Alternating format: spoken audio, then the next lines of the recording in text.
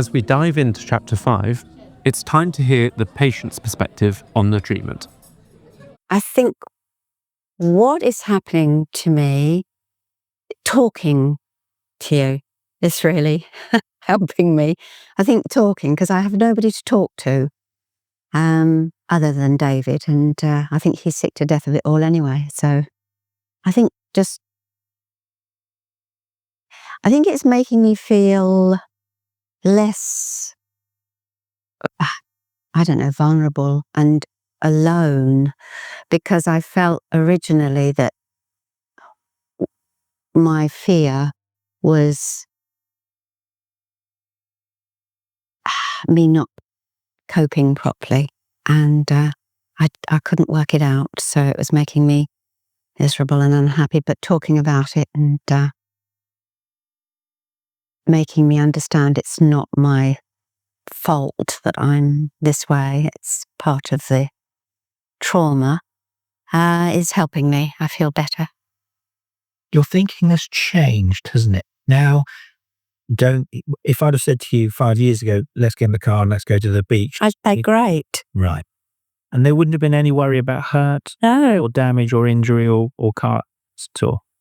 So your thinking about cars then was very different from now. And that's what's changed. You're now seeing things differently mentally. You're now thinking about things differently.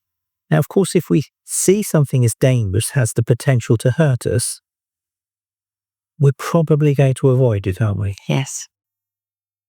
It does seem possible to change the way she thinks. This is called cognitive therapy, and she finds it helpful. Let's see what happens next. Hi, Marion. How have you been this week?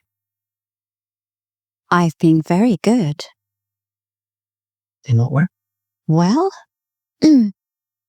I felt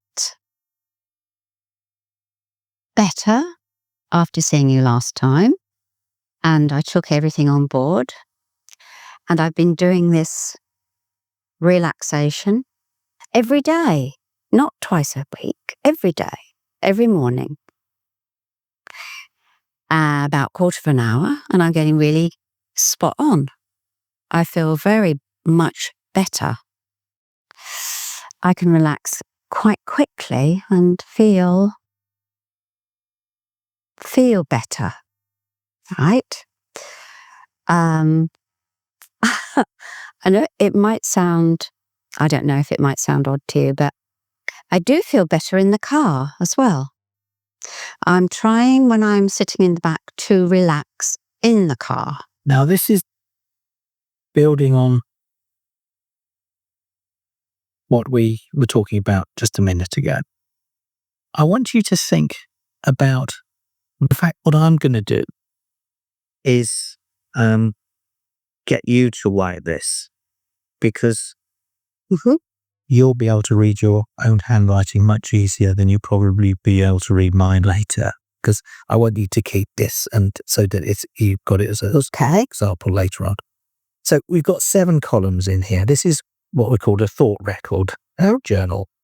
Our first column is the situation. So I want you to think about a situation that you're worried in or scared of or frightened in. So you want me to put, like, for instance, in the car? Yeah. That's what we're doing? Yeah. So the situation is in the car. And I want you just to think about what mood or emotions you have associated with that, what feelings you have associated with that. If you're in the car, on the motorway. It's always fear. Okay. Can you write fear down in the second column under the mood? Okay. Any other emotions, feelings come to me? I'm just frightened. Just frightened. Yeah, I can't. Anticipation, worry, do any of those things come to mind as well? Well, I'm always worried, yes. Okay. Worry. So when I put worry down, to leave a little bit of a space and put worry down. Yeah. I want you to think how frightened you are, and let's do a scale of 0 to 100. Okay. Oh. So 100 would be very, very, very frightened, and 0 would be Not frightened at all. So how frightened are you? In just driving along, there's no near misses or scrapes, as I think, and people dashing about. Just ordinary driving On a motor, yeah. on a motorway. Oh, yeah.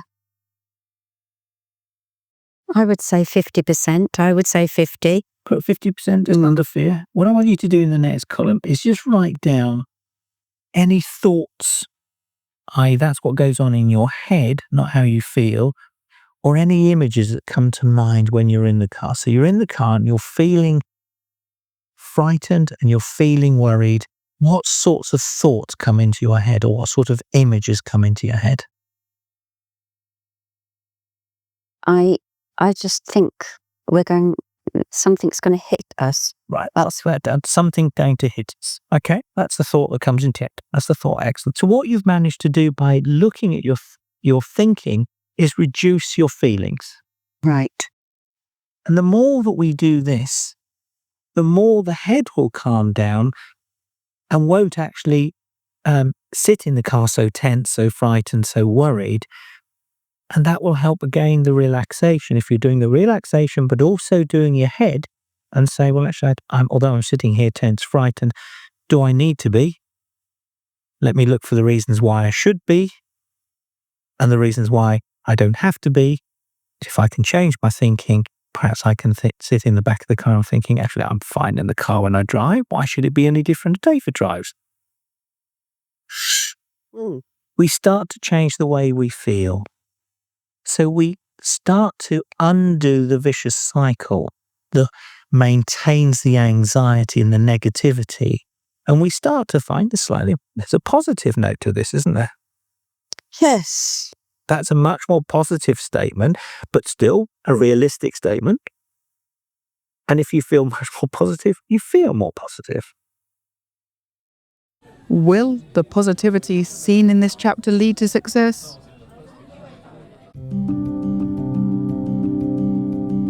Find out in Chapter 6.